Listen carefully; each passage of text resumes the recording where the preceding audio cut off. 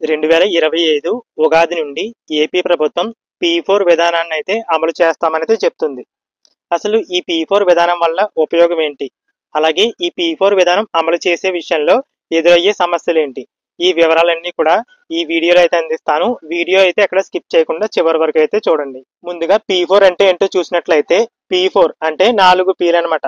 దాని యొక్క అబ్రివేషన్ వచ్చేసి పబ్లిక్, ప్రైవేట్, పీపుల్, పార్టిసిపేషన్. దీన్ని సింపుల్ గా పీ4 అని అయితే పిలుస్తున్నారు. దీని యొక్క ముఖ్య ఉద్దేశం చూసినట్లయితే పేదరిక నిర్మూలన. అంటే ఇప్పుడు ప్రభుత్వం వచ్చేసి ఒక విధానాన్ని అయితే తీసుకొస్తుంది. అది ప్రభుత్వం అంటే పబ్లిక్. ఇక ప్రైవేట్ అంటే ప్రైవేట్ సంస్థలు వచ్చేసి అందులో పెట్టుబడి పెడతాయి. ఇక పీపుల్ ప్రజలు వచ్చేసి అందులో భాగస్వామ్యం అవుతారు.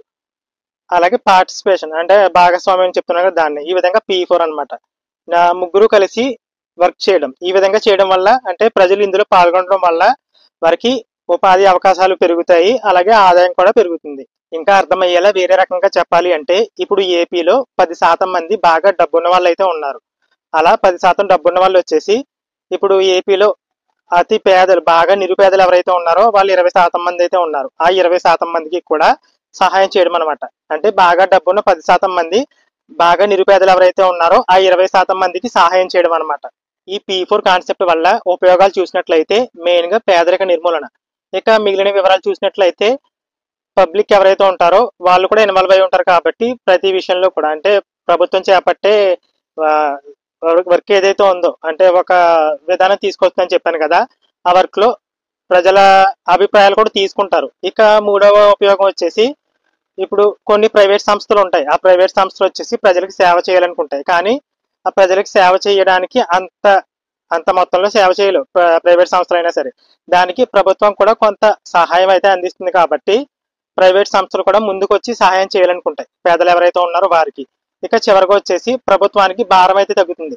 అంటే ఇప్పుడు ఒక విధానం తీసుకొస్తే ఆ మొత్తం అమౌంట్ అంతా కూడా అంటే ఇన్వెస్ట్మెంట్ అంతా కూడా ప్రభుత్వం పెట్టనవసరం లేదు. ప్రైవేట్ సంస్థలు ఏవైతే ఉన్నాయో అవి సహాయం చేస్తాయి. అంటే అవి కూడా పెట్టుబడి అయితే పెడతాయి కాబట్టి ప్రభుత్వం అంత మొత్తంలో అమౌంట్ అనేది చెల్లించిన అవసరం లేదు. ఈ విధంగా ప్రభుత్వానికి భారం అయితే తగ్గుతుంది. పీ4 విధానం అమలు చేయడం వల్ల వచ్చే నష్టాన్ని చెప్పడం కంటే ఎదురయ్యే సమస్యలను అయితే పిలవచ్చు.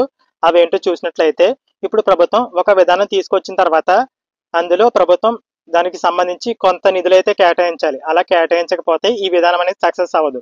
ఇక ప్రైవేట్ సంస్థలు అనగానే లాభం గురించి అయితే చూస్తాయి. అలా కూడా ఈ విధానం అనేది సక్సెస్ అవ్వకపోవచ్చు. ఇంకా చూసినట్లయితే ఇప్పుడు పీ4 అనగానే ప్రజలు, అలాగే ప్రైవేట్ సంస్థలు, అలాగే ప్రభుత్వం ఇవన్నీ కూడా ఒకే మాట పైన అయితే ఉండాలి. ఒకళ్ళు చెప్పింది మరొకరికి నచ్చకపోవచ్చు. ఈ విధానం వల్ల కూడా అంటే ఇలా చేయడం వల్ల కూడా అంటే ఒకరికొకరికి పడకపోవడం వల్ల కూడా ఇది సక్సెస్ అవ్వకపోవచ్చు. మెయిన్ గా వచ్చేసి ప్రజలు ఎవరైతే ఉన్నారో వారు స్వచ్ఛందంగా అంటే వాలంటీర్ గా వచ్చి అందులో ఇన్వాల్వ్ అవ్వాలి.